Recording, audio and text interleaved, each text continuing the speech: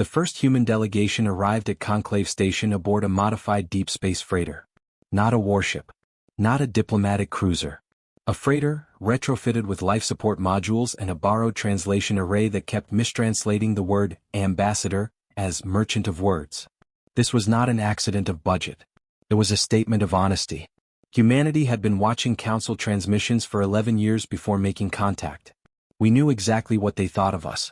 The Galactic Council of Sovereign Species, a body that had existed for roughly 4,000 years by human reckoning, had monitored Earth since the first coherent radio signals crossed interstellar distances.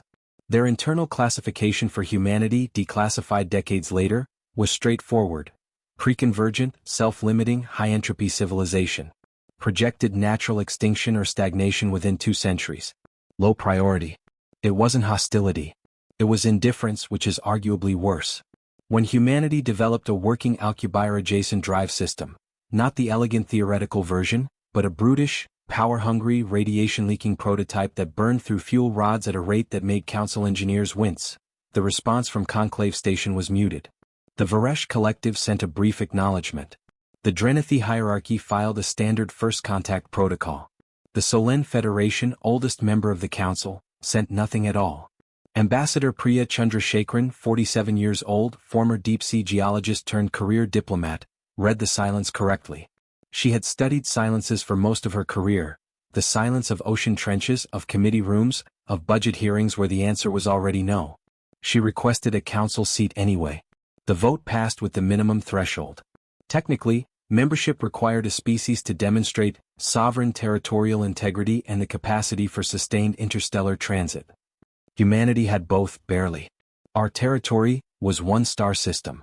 Our sustained interstellar transit was a ship that had made exactly 2 round trips to Proxima Centauri b, the second of which had required emergency repairs using components fabricated in flight. But the rules were the rules, and the Council prided itself on process. Chandrasekharan took the seat assigned to humanity, a position in the outer ring of the conclave chamber, farthest from the primary discussion floor, in a section the other delegations informally called the observation gallery. It was where new species sat. It was also where species sat when no one expected them to have anything meaningful to contribute. The first council session Chandrasekharan attended lasted 9 hours and concerned a territorial boundary adjustment between the Varesh Collective and the Drenithi hierarchy over mining rights in a debris field 300 light-years from Earth. Humanity had no stake in the dispute. No one asked for the human delegation's position. No one looked toward the outer ring. She took notes. This was the pattern for 18 months. Humanity sat.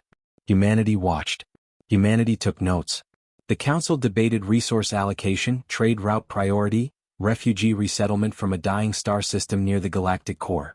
Important matters. Complex matters. Humanity had opinions on none of them, not because we lacked opinions but because we understood that opinions without leverage are noise. Back on Earth, the notes were being read very carefully. The UN Office of Interstellar Affairs, a body that most governments had initially treated as a public relations project, had quietly expanded. It now included economists who specialized in closed-loop resource systems, military strategists from 7 different nations who had been seconded to a joint command structure, and a team of linguists who had spent 3 years doing nothing but mapping the rhetorical patterns of council debate. What arguments worked? What framing triggered procedural objections? What silence meant in each alien culture versus what it meant in another? Chandrasekharan's notes also included observations that never made it into formal reports. The way the Varesh delegates positioned themselves slightly forward when a vote was going against them, betraying calculation. The way the Solen Federation representative, ancient, slow-moving, commanding enormous formal respect, rarely spoke but always voted first, and everyone else's votes clustered around his within the next 30 seconds.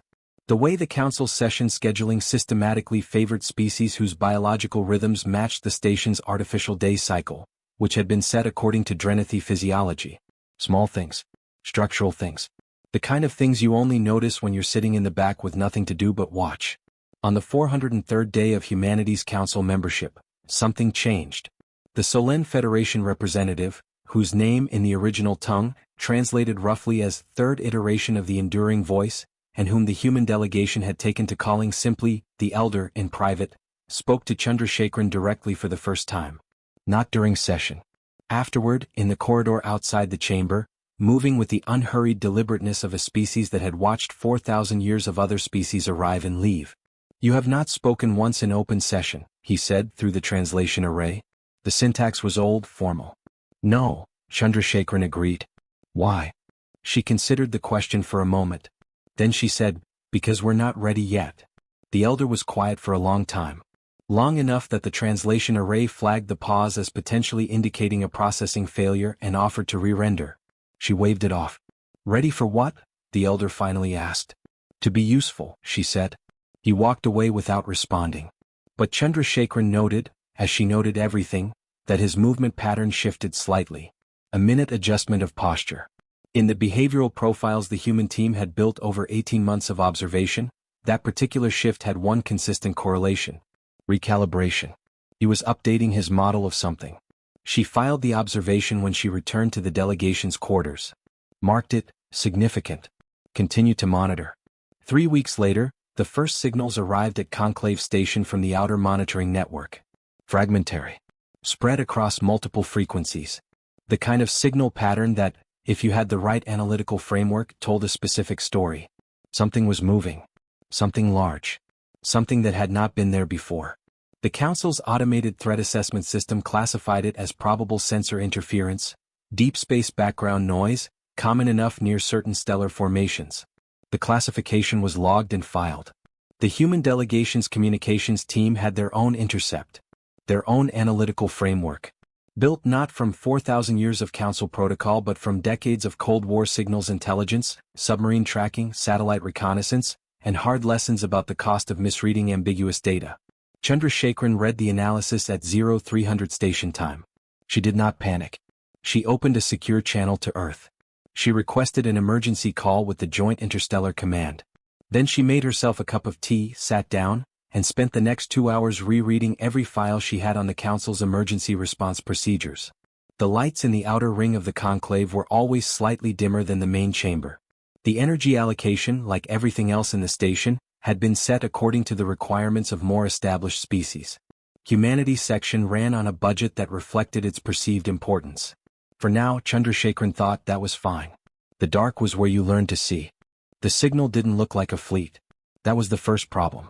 The Council's monitoring network had been designed by species who understood interstellar warfare in terms they recognized: tight formations, active transponders, the energy signatures of drive systems that followed known physical principles.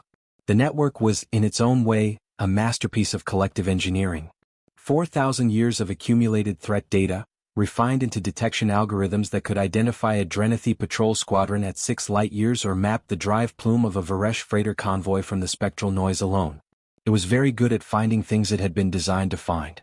The anomaly didn't match any of those templates. Senior analyst Marcus Webb was 31 years old and had spent 4 years working in signals intelligence before being seconded to the UN Office of Interstellar Affairs. He had grown up reading about the stars the way other children read about sports teams. Obsessively, with the particular intensity of someone who suspected the real game was happening somewhere he couldn't yet see. He had a reputation among his colleagues for finding patterns in noise that turned out, on reflection, not to be noise at all. He flagged the anomaly 6 minutes after it appeared in the human delegation's intercept feed. The feed itself was unofficial. Chandrasekharan had negotiated access to the Council's outer monitoring network as part of the membership agreement, a routine provision, the same access given to all new members.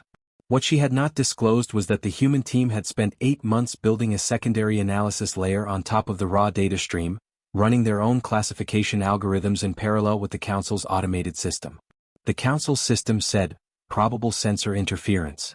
Web system said, 83 distinct emission sources, moving in loose formation bearing 7 Mark 22 relative to the station, range approximately 40 light hours and closing. He stared at the number for a long time. 83 sources. Loose formation meant they weren't trying to hide, or they were, and they were very good at it, which amounted to the same tactical problem. 40 light hours was close enough to matter but far enough that the Council's automated system, optimized for closer range detection, had smoothed the signal into background noise. Webb did the math twice. Then he did it a third time using a different methodology. The answers converged. He walked across the delegation's operations room to where Communications Officer Yuki Tanaka was running overnight watch, and he placed his tablet on her desk without a word. She read the numbers. Looked up at him. Look back at the numbers. Is this right? She asked. I ran it 3 times. Have you told the ambassador? I'm about to. But I want to run one more check first. He paused. The bearing. Tanaka pulled up the navigational reference. The bearing web had marked 7 Mark 22 relative to Conclave Station, pointed away from every known inhabited system. Away from every documented trade route. Away from every region of space that any Council species had flagged as active or contested. It pointed toward a region of space that the Council's navigational charts labeled with a single notation: uncharted. No survey data. Avoid. The notation was 400 years old. Nobody goes out there, Tanaka said. Nobody we know about, Webb said. He woke Chandrasekharan at 0300. She read his analysis in silence, asked 4 questions, each of them precise, technical, cutting directly to the assumptions underlying his methodology, and when she was satisfied she made 2 decisions. The first, she opened a secure channel to Earth and requested an emergency session with the Joint Interstellar Command. The channel was encrypted with protocols the human delegation had developed independently, separate from the Council's standard communications infrastructure. This was not technically a violation of any agreement. It was, however, something the Council had not anticipated needing to account for. The second decision, she waited. Not out of uncertainty. Out of calculation. Chandrasekharan had spent 18 months watching the Council operate. She understood its rhythms, its pressure points, its reflexes. She knew that if she walked into the session chamber at 0300 station time with a threat assessment that contradicted the automated monitoring system, the procedural response would be predictable. The Drenethi would request an independent verification from their own technical teams, which would take a minimum of 72 hours. The Varesh would file a formal objection to any emergency session called on the basis of non-Council analytical data. The Solen Federation would wait, as it always waited, to see which direction the vote was moving. 48 hours of delay minimum. Probably longer. In 48 hours, the anomaly would be close enough that even the Council's automated system would have to reclassify it. The question was what 48 hours bought humanity that it couldn't get from an immediate alarm. The answer was in the bearing. 7 Mark 22 pointed to uncharted space. No survey data. Avoid. But the Council's navigational database had a secondary layer, not classified, simply unindexed, the kind of data that accumulated over centuries and was never properly catalogued. Historical survey fragments. Expedition logs from ships that had gone out to the edge of mapped space and come back with incomplete data. The human team had indexed it. All of it. Because indexing unstructured historical data was exactly the kind of tedious, methodical work that nobody else had bothered to do and that turned out, sometimes, to contain exactly what you needed. Tanaka found the relevant fragment at 0347 station time. A Solen Federation survey vessel, 412 years ago, had traveled in the approximate direction of 7 Mark 22. It had returned after 6 months. Its log contained a single notation beyond the standard survey data. Encountered structured emissions consistent with directed communication. Origin unknown. Recommend monitoring. The recommendation had been filed. No monitoring had been established. Chandrasekharan read the fragment twice. They knew, she said. Or suspected, Webb said. 400 years ago. And they filed it and forgot it. Or they decided it wasn't worth the resource allocation. She thought about that for a moment. About the cost of attention. About the way large institutions develop blind spots not through malice but through the simple arithmetic of limited focus. 4,000 years of history meant 4,000 years of data, and at some point the volume of data became its own form of invisibility. Get me everything in that secondary layer within 30 degrees of that bearing, she said. I want it by 0600. The Joint Interstellar Command session was brief, secure, and consequential. Chandrasekharan presented Webb's analysis. General Amara Diallo, commanding the Joint Command from a facility that officially did not exist in a location that was not on any public record, listened without interruption. When Chandrasekharan finished, Diallo said, Recommendations. We need to know what it is before anyone else knows we know, Chandrasekharan said. I want a passive deep scan from our independent array. No active pings. Nothing that shows up on the Council's network. What's your confidence level on Webb's numbers? High enough that I'm calling you at 0400 my time. Diallo authorized the scan. The human delegation's deep space array, 3 small relay platforms that had been positioned as navigational support infrastructure during the initial membership negotiations, was quietly redirected. The results came in over the next 18 hours. Webb processed them in real time, building the picture piece by piece. At the 40-hour mark he had a complete profile. 83 vessels. Drive signatures that matched nothing in any known database. Mass estimates suggesting ships that were, on average, 4 times the displacement of the largest Council vessel currently on record. And a formation pattern that, once you understood it, was almost elegantly simple. A loose outer screen of smaller units, moving fast, and a core of larger vessels behind them, moving at a pace that suggested they were conserving energy. They weren't rushing. They didn't need to rush. Webb wrote a single line at the top of his report before sending it to Chandrasekharan. They don't know anyone's watching. That's the only advantage we have. We should figure out exactly how long we can hold it. Chandrasekharan read the line. Forwarded the report to Diallo. Then she walked to the window of the delegation's quarters and looked out at the star field beyond the station's hull. 40 light hours. And closing. The council's session tomorrow would cover agricultural trade negotiations between the Varesh and a smaller species called the Chethra, who had been in dispute over soil amendment technology for the past 6 years. She would attend. She would sit in the outer ring. She would take notes. And she would say nothing. For now. The agricultural dispute between the Varesh collective and the Chethra lasted 4 hours in open session and resolved nothing, as Chandrasekharan had predicted it would. The Varesh delegation was skilled at procedural delay. The Chethra representatives were passionate but poorly organized. The council's mediation protocols were designed to prevent hasty decisions, which meant they were also very effective at preventing timely ones. She sat in the outer ring and watched and counted the hours. 38 hours since Webb's full profile had come in. 31 hours until the anomaly would cross the threshold where the council's automated system could no longer classify it as interference. 31 hours was not very much time. But it was enough if you used it correctly. The problem was not the council's willingness to respond to a genuine threat. Chandrasekharan had read the emergency response protocols thoroughly. They existed. They were even, in some respects, impressive. The Drenathi hierarchy maintained a standing rapid response fleet, and the Varesh collective had significant defensive infrastructure along their territorial boundary. The Solen Federation, oldest and in some ways most capable, had resources that no other species fully understood, partly because they had never been fully deployed in 4,000 years of recorded council history. The problem was sequence. The problem was process. An emergency session required a formal request, a verification period, a vote on whether the emergency was genuine, and then, if the vote passed, a second session to determine the appropriate response. The whole cycle, under ideal conditions, took a minimum of 96 hours. They had 31.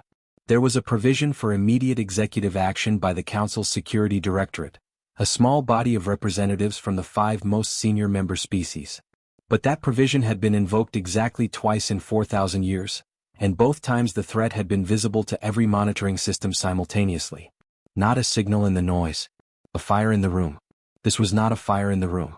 Not yet. Chandrasekharan needed to change that. She met with the elder that evening in the corridor outside the session chamber, as she had developed the habit of doing. The meetings had started as coincidence and become something more deliberate on both sides, though neither of them had acknowledged that directly. The soil amendment dispute will continue another session, the elder said. Probably 2, Chandrasekharan said. You have an opinion on it? On the dispute? No. On the time it's taking? She paused. Yes. The elder's movement pattern shifted. The recalibration signal. She had come to read it as something close to attention. His equivalent of leaning forward. Explain, he said. This was the calculation she had been running for 31 hours. The elder was not just a representative. He was the institutional memory of the Solen Federation, which meant he was, in practice, the institutional memory of the council itself. His vote did not just count, it oriented other votes. His concern did not just register, it elevated. He was the fastest path through the procedural maze. But he could not be approached with incomplete data. She had watched him long enough to understand that. He moved slowly and thought carefully, and he did not respond well to alarm without foundation. 4,000 years of watching species arrive in crisis and depart in embarrassment had made him patient in a way that was structural, not temperamental. She needed to give him something solid. I have a signals analysis, she said, conducted by my team over the past 48 hours. I would like to share it with you before I bring it to open session. The elder was quiet. Why before? Because if I'm right, there isn't time for the standard process. And if I'm wrong, I'd rather know before I've damaged whatever small credibility humanity has accumulated in this chamber. Another long pause. The translation array stayed quiet this time. Come, the elder said. His quarters aboard Conclave Station were not what Chandrasekharan had expected. They were sparse, deliberately so, a working space, not a ceremonial one. Shelves of physical data storage in formats she couldn't identify. A single large display showing a real-time map of council space, annotated in Solène notation. A table that had been worn smooth by time. She presented Webb's full analysis on her tablet. She walked through the methodology, the data sources, the secondary survey fragment from 400 years ago, the mass estimates, the formation pattern. The elder listened without interrupting. When she finished, he was quiet for a long time. Your drive signature analysis, he said finally. You said it matched nothing in the database. Nothing in the council's database. Nothing in our own records. We have 4,000 years of records. I know. He looked at the formation pattern on her display. Something shifted in his posture, not the recalibration signal this time. Something slower. Something that carried more weight. There is a term in Solène historical scholarship, he said. Roughly translated, the thing that was present before the records began. She waited. The council's records begin approximately 4,000 years ago, he continued. But this region of space has existed considerably longer. The notation in the survey log you found, structured emissions consistent with directed communication, was not unusual for its time. There were several such notations from several expeditions in that period. The consensus at the time was that they represented natural phenomena. Pulsar interference. Structured gas dynamics. But you weren't certain. We were not. But the resource cost of extended monitoring was high. And there were other concerns closer to home. Chandrasekharan absorbed this. How many notations? 7. All within approximately 30 degrees of the bearing you've identified. 7 surveys. 400 years of silence. And now 83 ships. I need to know if the Security Directorate can convene in less than 96 hours, she said. Under standard protocol, no. Under non-standard protocol? The elder looked at her for a long moment. If the Solène Federation formally requests an emergency consultation, not an emergency session, a consultation, the response time is 48 hours. That's still 17 hours after they'll be visible to everyone. Yes. Is there anything faster? If the Security Directorate Chair calls a direct operational briefing, not a vote, not a session, a briefing, the response time is 6 hours. And who is the chair? The elder looked at her steadily. She understood. Will you do it? She asked. The silence this time was the longest yet. Chandrasekharan did not fill it. She had learned, over 18 months of observation, that the elder's silences were not hesitation. They were the visible surface of very deep processing. Show me the mass estimates again, he said. She showed him. He looked at the numbers, at the formation pattern, at the bearing and what lay at the end of it, uncharted space for 100 years of ignored survey flags, and something that had clearly been there for a very long time, waiting with the particular patience of something that did not feel any pressure to hurry. 6 hours, he said. I will convene the briefing. She returned to the delegation's quarters and told Webb and Tanaka what was happening. Webb immediately began preparing a presentation. Clean, sourced, defensible, every assumption flagged, every inference labeled. He worked with the focused efficiency of someone who understood that this briefing would either establish humanity's analytical credibility or destroy it. Tanaka ran the updated scan. The formation had tightened slightly. The smaller outer units had adjusted bearing, moving to close a gap on the station's far side. The larger core vessels maintained their pace. She added a note to the report. Formation adjustment at T-29 hours. Consistent with pre-approach reconfiguration rather than standard transit. Assessment. This is intentional. Chandrasekharan read the note and felt the particular cold clarity that comes when a thing you suspected turns out to be worse than you suspected. She sent one more message to General Diallo, marked urgent. Briefing in 6 hours. Have proposals ready. Not response plans. Not reaction protocols. Proposals. We are going to need to offer something specific. Diallo's response came back in 4 minutes. Understood. Already working on it. Also, good job, Ambassador. She looked at the star field again. 30 light hours. The lights in the outer ring were dim as always. But in 6 hours, the Security Directorate would be sitting in a room together, listening to a human analyst explain what humanity's sensors had found. That was not nothing. That was, in fact, quite a lot. The security directorate convened in a chamber that most members of Conclave Station didn't know existed. It was smaller than the main session hall, deliberately so. 5 seats arranged in a pentagon, no outer ring, no observation gallery. The walls were lined with displays, currently dark, waiting. The air carried the subtle chemical signatures of 5 different atmospheres, blended into a compromise that none of the species present found entirely comfortable and all of them had learned to tolerate. Webb had been in high-stakes briefings before. Classified rooms. Rooms where the people watching him held power over significant parts of the world. But those people had all been human, which meant they breathed the same air and processed information through brains that, however differently wired, were ultimately the same species of machine. This was different. He set up his presentation and did not allow himself to look at the assembled representatives until he was ready. It was a technique he had developed early in his career, the deliberate deferral of the most destabilizing input until the moment you had nothing left to prepare. When he looked up, he catalogued what he saw quickly and professionally. The elder, seated and still, watching with the patient attention of something that had sat in rooms like this many times before. The Varesh delegate, first voice Earth, whose multifaceted sensory array was already moving across the displays, processing before the briefing had formally begun. The Drenathi representative, General Prefect Soren, in formal attire that incorporated hardened elements Webb recognized as ceremonial armor, a statement of disposition. 2 others, a Chethare senior elder who sat very quietly, and a representative of the Karath sovereignty, a species Webb had studied carefully because their analytical frameworks were, of all the council species, closest to human systems thinking. Chandrasekharan sat to the side, formally present but formally silent. This was Webb's briefing. She had made that clear. The data had to come from the analyst, not the politician. Any other structure would invite the question of what the politician was shaping and why. Webb began. He did not begin with the conclusion. He began with the methodology, the secondary analysis layer, the historical survey fragment, the mass estimates, the formation pattern. He presented it in the sequence it had been discovered, which was also the sequence of increasing confidence. He flagged every assumption. He used qualifying language precisely, consistent with suggests, assessment, not proves, not confirms. He was aware as he spoke that the Varesh delegate's sensory array had stopped moving within the first 3 minutes. That was unusual. It suggested that Earth had locked onto something specific and was processing it deeply rather than scanning broadly. At the 12-minute mark, General Prefect Soren interrupted. "Your mass estimates," Soren said. "These are derived from gravitational lensing effects on the background signal?" "Yes," Webb said. "That methodology assumes a particular density profile for the vessels. If the density profile is different, the estimates would shift. I've modeled the variance." Webb brought up the range analysis.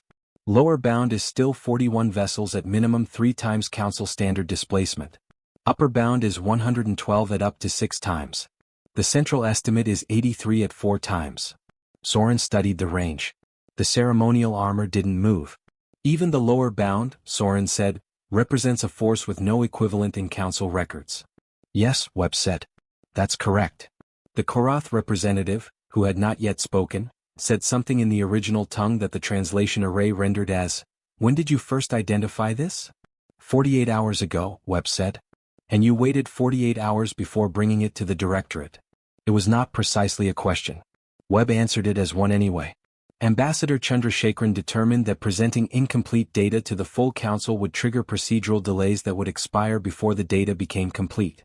"We used the 48 hours to build a profile we could defend." The Korath representative looked at Chandrasekharan, then back at Webb. "That was a judgment with significant consequences attached to it." "Yes," Webb said. "We made it." The elder spoke for the first time. "Continue the briefing." Webb continued. The formation update came at the 20-minute mark. The adjustment Tanaka had flagged the previous evening.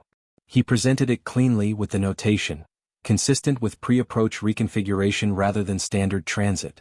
He did not editorialize. The data said what it said. At 30 minutes he reached the historical survey data. 7 expeditions. 7 notations of structured emissions. 400 years of no follow-up. The room changed when he showed this. It was subtle. No one moved dramatically. No voice was raised. But something shifted in the quality of attention. A collective recalibration that Webb could feel without being able to precisely describe. The elder's posture changed by perhaps half a degree. The Varesh delegate's sensory array resumed movement, but differently. Less scanning, more focused, tracking back and forth between the historical survey dates and the current bearing calculation. The HFY elder, who had been sitting quietly through the entire briefing, spoke for the first time. The translation array took a moment. The HFY language was complex, nonlinear, and the standard translation had a known 2% error rate on formal speech. The surveys were filed, the HFY elder said. They were not acted on. Is that a failure of the council's systems? General Prefect Soren said, it is a historical fact. Assigning blame does not change the current situation. I am not assigning blame, the HFY elder said, with a precision that suggested the distinction mattered very much to them. I am asking whether our systems are designed to act on ambiguous long-term signals. Because if they are not, we should understand that before we discuss response. The room was quiet for a moment. Webb, standing at the front with his presentation still displayed behind him, had a thought that he did not voice. That's exactly the right question. And the honest answer is no. Chandrasekharan answered because she had been waiting for exactly this moment. With respect, she said, and the formality of the phrasing in this context carried its own message. I think the question of systems design is something the Directorate may want to examine after we've addressed the immediate situation. What I can offer is that humanity's approach to this specific signal, treating it as a potential threat rather than background noise, was not the result of superior technology. It was the result of a different analytical framework, one that our history has made us develop. Explain, said the Korath representative. Humanity has a long history of missing signals, Chandrasekharan said. Not because the signals weren't present, but because our institutions developed the same habit this council developed, filing ambiguous data and returning to immediate priorities. We have spent the last century trying to build systems specifically designed to prevent that failure mode. It doesn't make us better. It makes us, perhaps, more specifically experienced with what that failure looks like and what it costs. She paused. We can share those systems if the Directorate is interested. The offer was framed carefully. Not as we have something you lack. As we have experienced a specific pain and developed a specific tool for it. The distinction was important in a room where 4 of the 5 species had civilizations older than humanity's recorded history. The elder said, what is humanity's proposed response to the immediate situation? Chandrasekharan nodded to Webb. He brought up the final section of the presentation. Not the threat analysis, that was done. The response proposals. General Diallo had transmitted them 6 hours before the briefing, and Webb had reviewed and formatted them with Chandrasekharan's input. 5 options. Ranging from passive monitoring with no council response through immediate full mobilization. Each with a timeline, a resource requirement, a risk profile and, critically, a decision point, the moment at which the option would no longer be available. The decision points were the most important part. They were the translation of the tactical situation into terms the Directorate could act on. Not this threat is dangerous, that was obvious. But if we wait past this specific point, this specific option closes. That was actionable. Webb walked through each option in sequence, with the same careful qualified language he had used throughout. At the 4th option, a coordinated defensive posture combining council assets with advance warning to civilian infrastructure, the Varesh delegate interrupted for the first time. This option assumes a response time of 12 hours from authorization, Urith said. The Varesh Collective's rapid response fleet requires 16 hours from standing start to transit position. The estimate accounts for that, Webb said. The 12 hours is the command decision point, not the deployment completion. Show me the timeline. Webb showed it. Urith studied it for a long time. It's tight, Urith said finally. Yes, Webb said. It is. Soren said, Option 4 requires a coordinated command structure. Joint operational authority across 5 different military systems. Yes. That has never been established. I know, Webb said. Establishing it is part of Option 4. Soren looked at Chandrasekharan. Your species has been a council member for 18 months. You are proposing a joint command structure that we have not developed in 4,000 years. I'm proposing it because the timeline requires it, Chandrasekharan said. Not as a political preference. As a function of the physics. The Korath representative made a sound that the translation array classified as considered acknowledgement. The elder said, I will support Option 4 with modifications to the command structure proposal that I will provide in writing before the session end. He said it quietly, without drama, without preamble. But the weight of it in the room was immediate. Urith said, the Varesh Collective concurs, contingent on modifications. Soren was quiet for a long moment. Then, the Drenethi hierarchy concurs. The Chethare elder and the Karath representative added their concurrence in sequence. Webb looked down at his tablet. His hands were completely steady, which surprised him slightly. Chandrasekharan said, "Then we have 17 hours. She stood. She looked at the directorate. She said something that she had been careful not to say at any point during the briefing, because it would have sounded like advocacy rather than analysis, and the distinction had mattered up to exactly this moment. Whatever is approaching, whatever it is, has had 400 years to prepare for this. We have 17 hours. We should use them." She walked out of the chamber. Webb followed. In the corridor, Tanaka was waiting. She looked at their faces. She didn't ask. "Get Diallo," Webb said. "Tell her option 4 is authorized." Tanaka was already moving. The first coordination failure happened 40 minutes after the directorate authorized option 4. It was not a dramatic failure. There was no shouting, no system collapse, no visible crisis. It was a quiet failure, the kind that looks from the outside like nothing is happening, while from the inside it is very clear that nothing is happening and no one is sure why. The problem was command language. Joint Operational Authority, the structure that Webb's proposal had outlined and the Elder's modifications had refined, required a common operational framework. Not a common language. The translation arrays handled that. A common framework, shared definitions for tactical categories, unified threat classification, coordinated asset reporting. The vocabulary of military coordination. The Drenethi hierarchy used a system built on geographic metaphor. Defensive perimeters were named for terrain features. Command levels were designated by altitude. Threat vectors were described in terms of approach angles relative to fixed stellar reference points. The Varesh collective used a purely numerical system, elegant and precise but context-dependent in ways that weren't immediately obvious until you tried to cross-reference it with a system that wasn't built on the same underlying assumptions. The Solen Federation used something older. Something that the other species had learned to accept without fully understanding. General Diallo, commanding the human element from her facility on Earth, now fully integrated into the operational channel, visible to the directorate as a voice and a data feed, heard the coordination failure in the first exchange of asset reports and identified it in approximately 90 seconds. "Ambassador," she said on the human delegation's separate channel, "they're not talking to each other. They're talking at each other." Chandrasekharan had been watching the same exchange. "I know. We have 16 hours and 20 minutes. I know." She paused. "What does our Joint Ops doctrine say about this specific problem? It says you need a common operational framework established before any coordinated action, which normally takes between 3 and 6 months to negotiate and test. We have 16 hours. I'm aware. The solution, when it came from an unexpected direction. Webb identified it while he was reviewing the human delegation's own internal joint command exercises, the planning scenarios that the UN Office of Interstellar Affairs had been running for 3 years, quietly, in preparation for a situation that had always been treated as low probability. The exercises had been built not on any realistic model of what alien military coordination would look like, but on the most rigorous available human model, the evolution of NATO's Combined Air Operations Center doctrine in the late 20th and early 21st centuries. A real-world case study in how disparate military systems, built on incompatible assumptions, with different command cultures and different operational vocabularies, had been forced to develop coordination under the pressure of actual operations. The core insight from that case study: you could not build a unified system from the top down in a crisis. You could identify the minimum viable common reference, the smallest set of shared definitions that permitted coordinated action without requiring complete framework alignment, and build out from there.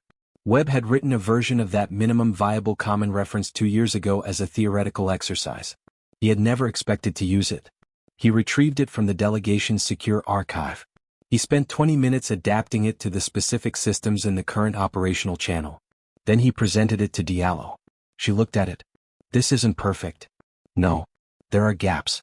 If something happens that falls outside these definitions, then we fill the gap in real time and update the framework. The same way it was always done."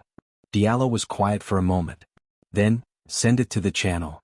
The minimum viable framework went out to the joint operational channel at the 2-hour mark. It was 67 definitions. Not a complete system. A scaffold, a set of shared reference points around which each species' existing system could orient without requiring translation of the entire underlying logic. It took 11 minutes for the first acknowledgement to come back from the Drenethi command. 14 for the Varesh. The Solen Federation did not formally acknowledge it but began using its notation within the hour. Chandrasekharan watched the coordination exchanges shift. Not perfectly. Not smoothly. But the quality of the noise changed, less talking past, more talking through. The errors were still there, but they were now visible errors, flagged rather than hidden, which meant they could be corrected. 14 hours remaining. The formation was now visible to the Council's automated monitoring system. The reclassification had happened 12 minutes ago. A quiet update in the network's threat database, no alert, no alarm, just a category shift from probable interference to unclassified multi-source emission cluster. The Council's automated system still didn't know what it was looking at, but it knew it was looking at something. The Conclave's general population, the delegations, the support staff, the traders and administrators who maintain the station's daily functions, did not yet know about the formation. The Directorate had made the decision to limit information flow until the defensive posture was established. This was operationally sound and also politically fragile. Conclave Station was not a military installation. Its inhabitants had not signed up for this. Chandrasekharan had been thinking about the political fragility for hours. At the 12-hour mark, she requested a brief from Soren on the Drenethi Rapid Response Fleet's current status. The answer was, in transit, 12 vessels, arrival at defensive position in 9 hours. 9 hours plus 12 hours of coordination time equaled 21 hours. They had 12. We're going to have a gap, she said to Diallo. Yes, Diallo said. 9 hours where the fleet isn't in position.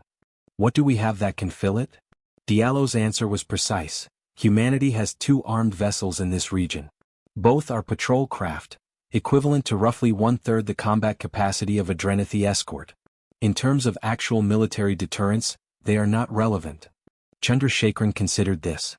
What about non-military deterrence? Diallo was quiet. The formation adjusted bearing when it reached the outer monitoring network, Chandrasekharan said. It knows the network is there. It's been tracking it. What does it do if the network suddenly goes active? If everything we have in this region starts emitting simultaneously? You want to light up our sensors. Everything. Every platform we have. Not targeting them, not active weapons lock. Just presence. Signal. We are here, we know you're coming, we are watching. That's a significant signal to send. It's the honest signal. And we don't have anything else to send. She paused. Also, if they've been watching for a while, they know what the monitoring network standard output looks like. If it suddenly changes, that tells them something has changed on our end. The calculus has shifted. Diallo ran the options. 3 minutes, which was very fast for a general calculating operational risk. I'll authorize it, Diallo said. But I want to flag. If they interpret this as a hostile action rather than a deterrent signal, we've made the situation worse. I know. It's a judgment call. It's your judgment call, Ambassador. The monitoring network went active at the 10-hour mark. Every sensor platform in the region began broadcasting at full power, not targeted, not aggressive, but loud. Undeniably, unmistakably present. Webb watched the data feeds. For 2 hours, the formation's trajectory did not change. Same bearing. Same pace. The outer screen units maintained their positions. Then at hour 8 something shifted. The formation speed decreased by 12%. A small change. Not a stop, not a reversal. A reduction. Webb stared at the data for a long time. Then he went and found Chandrasekharan. They slowed down, he said. She looked at his display. By how much? 12%. At their current speed, that adds approximately 3 hours to their arrival time. Chandrasekharan did the math. 12 hours gap minus 3 hours added by the slowdown equaled 9 hours. The Drenethi fleet would arrive in 9 hours. She looked at Webb. He said, it might be coincidence. It might be, she agreed. Neither of them said anything for a moment. They saw the signal, Chandrasekharan said. They know we know they're coming. And they slowed down. Which means they're either being cautious or they're waiting to see what we do next, she said. Which means they're not here to attack without warning. There's a decision being made on their end. She sat down. She thought about the survey logs. 7 notations in 400 years. Structured emissions. Deliberate signals that had been filed and forgotten. Something that had been waiting, not passively but actively, for something. Webb, she said. What if this isn't a first strike? He looked at her. What if this is a first contact? On their timeline. On their terms. She paused. And they're watching to see if we know the difference. He sat down too. 9 hours until the fleet arrived. 3 hours bought by a sensor network going active. The formation, massive and patient and very possibly very old, moving at reduced speed toward a station full of species that had not, until 48 hours ago, known it existed. We need to send them something, Chandrasekharan said. Not a weapon. Not a warning. Something that tells them we understand the distinction.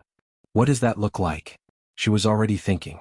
It looks like the oldest, most universal signal any civilization has ever used to say, we know you're there and we are not attacking. Not hello.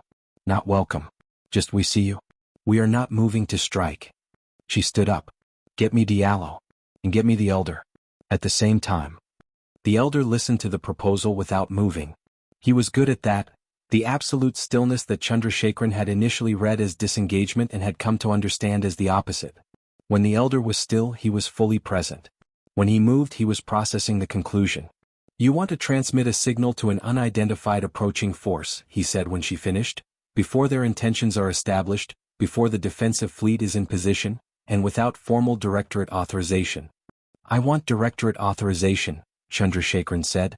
Which is why I'm proposing it to you now, with 9 hours until the fleet arrives, rather than doing it unilaterally. The distinction is important, the Elder said. But the speed at which you're presenting it suggests you considered the unilateral option. She didn't deny it. I considered it. I decided against it. Not because we couldn't, because doing it unilaterally would tell everyone in that formation and everyone in this station that humanity makes decisions for the Council. That's not the signal I want to send. The Elder was quiet. Diallo's voice came through the channel on Chandrasekharan's earpiece, the parallel conversation running simultaneously. Ambassador, I have to flag a concern. If we signal them and they interpret it as provocation. I know, Chandrasekharan said, switching channels smoothly. I need 30 seconds. She looked at the Elder. The Council has handled first contact before, she said. What has the standard protocol been? Wait for the approaching party to signal.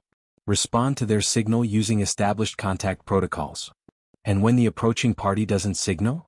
The assumption has been that absence of signal indicates absence of intent to communicate. What if that assumption is wrong? What if the approaching party is also waiting to see whether we will signal first? What if the test isn't how we respond, but whether we initiate? The Elder's posture shifted. The slow, weighted shift she had learned to read as the processing of something genuinely new. That hypothesis, he said, rests on an assumption about their decision structure that we have no data to support. It rests on data from the survey logs, she said. 7 times in 400 years they sent structured emissions. Signals. 7 times we filed the signals and didn't respond. And they waited.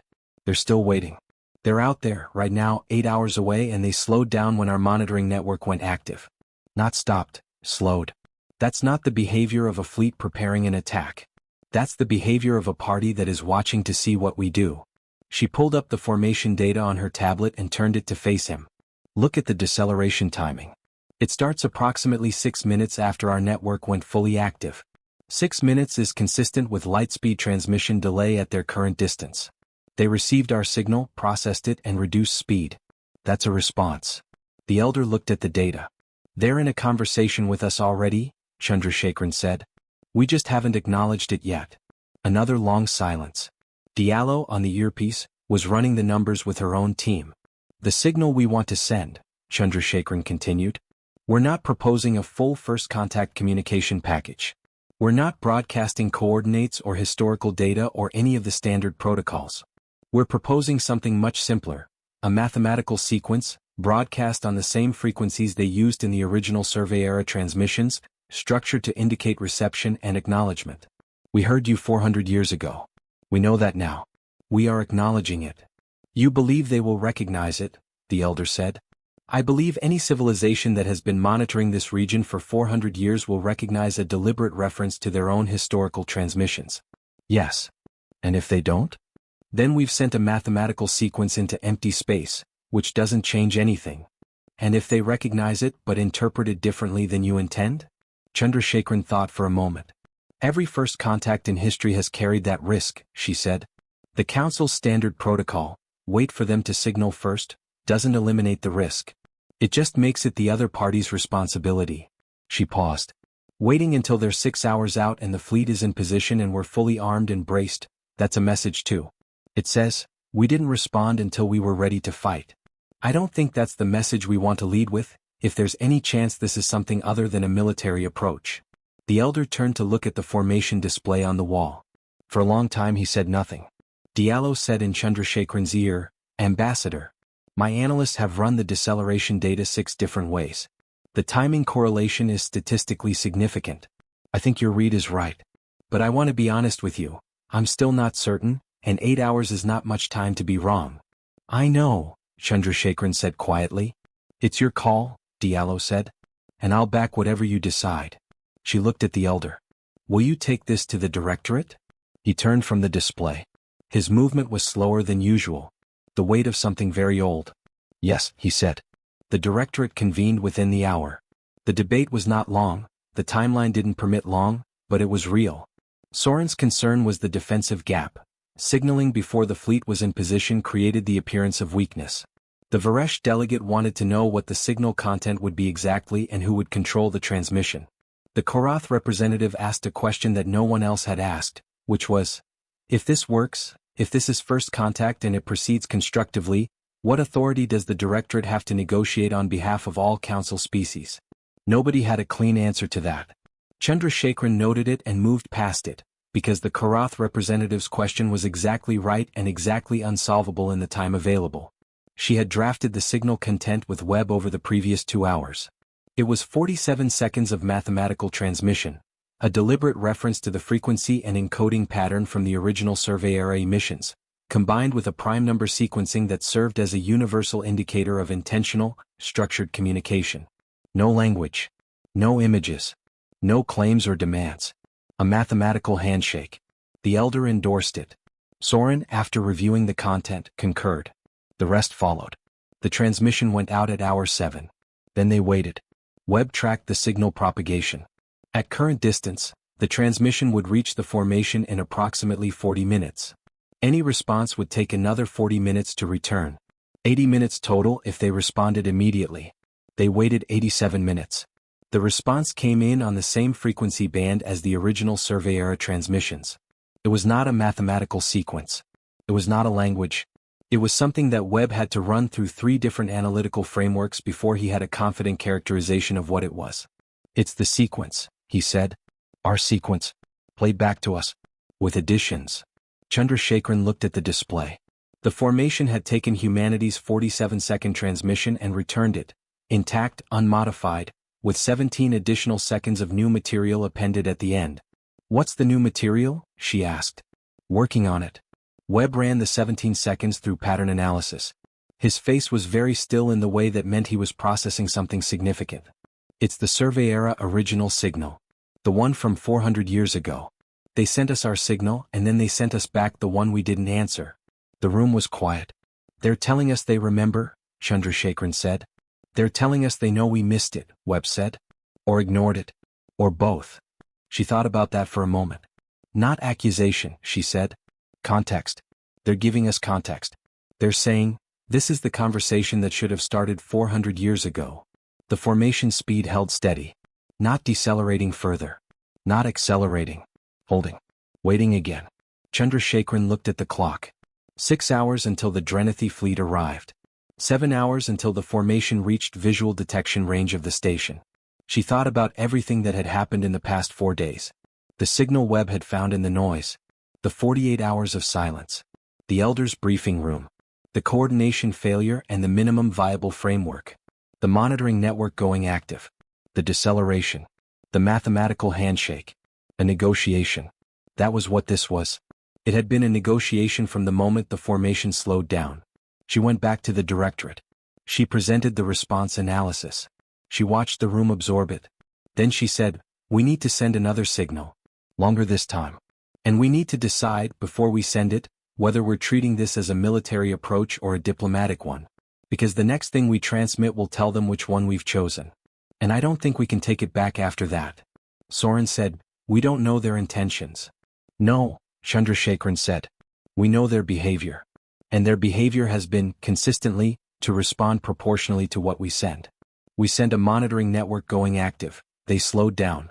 We sent a mathematical acknowledgement, they sent one back with context. Every exchange has been measured. Every response has matched the register of the signal they received. She paused. I think they're telling us something about how they communicate. That they will match our register. That if we come loud and armed, they'll come loud and armed. And if we come carefully, they'll come carefully, the Karath representative said. Yes. The room was quiet for a long moment. The elder said, what would the next signal say? Chandrasekharan had thought about this for 2 hours. She had talked it through with Webb, with Tanaka, with Diallo. She had thought about the survey logs and the 400 years of silence and the 17 seconds of new material and what it meant to be in a conversation that had been waiting 4 centuries to begin. It would say, we are here. We have been here. We are more than one. And we would like to know who we are talking to. She looked around the room. The simplest thing we haven't said yet, she said. Hello. The second signal took 4 hours to compose. Not because the content was long, it wasn't. 43 seconds of structured transmission, encoding a layered message that operated simultaneously at 3 levels. Mathematical acknowledgement, population indicator, and a question marker derived from a universal linguistic principle that Webb's team had identified across 12 different non-human communication systems. The question marker was the most important element. It was the grammatical shape of we are asking, not demanding. The shape of a species that understood the difference. It took 4 hours because every word, every symbol, every encoded element, was argued over in detail. The Directorate had formally constituted itself as the signatory body, which meant each element required consensus. The Varesh delegate wanted population data removed, strategic information freely given. The Drenathi representative wanted the question marker removed, don't ask, assert, show strength. The Chethare elder wanted the message longer, more contextual. The Korath representative wanted it shorter. Chandrasekharan mediated. Webb revised. They went through 11 drafts. The final signal went out 4 hours and 17 minutes after the formation's response had arrived. The Drenathi fleet was now 2 hours from its defensive position. The formation was 4 hours from visual detection range. The window between signal transmission and the possible need for a very different kind of response was narrowing in a way that everyone in the operational channel could feel without anyone saying it directly. 83 minutes for signal transit in both directions. They waited. General Diallo ran continuous threat assessments during the wait. The formation's behavior remained stable. No acceleration, no formation change, no active emissions beyond the ongoing low-level output that Webb had been tracking since the beginning. The outer screen units maintained their positions. Stable was not the same as peaceful. But it was not the same as aggressive either. Webb sat at his station and did not check his tablet every 30 seconds, which cost him something. Tanaka ran a continuous cross-reference of the formation's emission patterns against the historical survey data, looking for any prior pattern that might provide predictive information. The elder's representative, a younger Solen aide, sent to maintain direct communication with the Directorate, sat quietly in the corner of the human delegation's operations room, which was itself a gesture that Chandrasekharan had not expected and did not take for granted. At minute 79, something changed on the displays. The formation's outer screen units began to move. Webb was at his station in 2 seconds. Tanaka called up the tracking data. The outer screen, 41 vessels, was adjusting formation. Not toward the station. Not accelerating. They were drawing back. Contracting inward toward the core formation, reducing the dispersed profile they had maintained for the entire approach. What does that mean? The Solen aide asked. It means they're making themselves smaller, Webb said. A dispersed outer screen is a defensive posture. It covers more angles, it's harder to flank. Collapsing it inward is the opposite. He paused. It's what you do when you're not anticipating an attack. The Solen aide was quiet. Tanaka pulled up the timing. The outer screen began its movement 79 minutes after the second signal transmission. 79 minutes plus 40-minute signal propagation equaled the formation receiving the signal and responding in 39 minutes. They were waiting, Chandrasekharan said. They had the response ready. They sent it almost immediately. They were certain, Webb said. Whatever they needed to decide was already decided before we sent the second signal. The second signal just confirmed it. The response transmission arrived 11 minutes later. It was not 43 seconds. It was not 80 seconds. It was 4 minutes and 12 seconds, and it used frequency ranges and encoding structures that the human team had never seen before and would spend the next 3 months fully characterizing. But the opening 17 seconds were something Webb could identify immediately. He ran it through the pattern analysis. Looked at the result. Looked at Chandrasekharan. It's the question marker, he said. Our question marker. From the second signal. They're opening with a question. She felt something that she had not allowed herself to feel for 4 days. The specific relief of a calculation that turns out to be correct. They're asking us something, she said. Yes. What? We don't know yet. The encoding for the rest of the message is new. We need time. How much time? He looked at his display. Hours? Maybe more. The formation had stopped. The entire formation, core and outer screen, was now stationary, approximately 3 light hours from the station. Not departing. Not advancing. Waiting. Chandrasekharan went to the elder with the update. He looked at the data for a long time. Then he said something that surprised her. I was not certain you were right, he said. She waited. When you proposed the signal, the first signal, I agreed to take it to the directorate because the argument was sound and the data supported it, and the alternative, doing nothing, had its own risks. But I was not certain you were right. I am very old, and I have seen species make optimistic assumptions about first contact that were incorrect, and the consequences were severe. I wasn't certain either, Chandrasekharan said. I know, he said. You said so. In the briefing room. That is why I ultimately trusted the recommendation. Not because you were confident. Because you were honest about the limits of your confidence. She thought about that. What happens now? She asked. Now we decode 4 minutes of a language we've never encountered, the elder said. And then we answer. The decoding took 11 hours. Webb's team, working with Karath Cryptological Systems, the closest in methodology to the analytical approach required, produced a partial characterization at the 8-hour mark and a confident interpretation at 11. The formation's message was, in structure, a response to the question mark. It was answering the question, who are we talking to? What it described, the characterization Webb presented to the directorate in the 12th hour, was not a military force. Not precisely. It was something for which the council's existing categories didn't have a clean fit, and Webb flagged that clearly before he walked through the analysis. The following interpretation is confident in its literal decoding and uncertain in its contextual interpretation. Caution is warranted. What the message described, as best the analysis could reconstruct, was a monitoring body. A long-duration observation organization. Something that had been watching this region of space for a very long time. The transmission used a time unit that the Karath linguists estimated at somewhere between 800 and 1200 years, and had been sending periodic signals to determine whether the developing civilizations in the region had reached a threshold they did not specify. 7 signals in 400 years. All received. None answered. Until now. Webb paused in his presentation at that point. He looked at the directorate. He said, I want to be careful about overinterpreting this. The translation is partial. The cultural context is entirely unknown.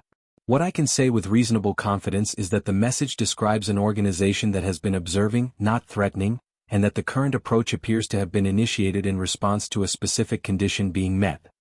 What condition? Chandrasekharan asked. The message uses a term that the Karath system translates most closely as coordinated response. The specific trigger they appear to be referencing is the moment the council species acted jointly, the defensive posture, the coordination framework, the joint operational channel. The room absorbed this.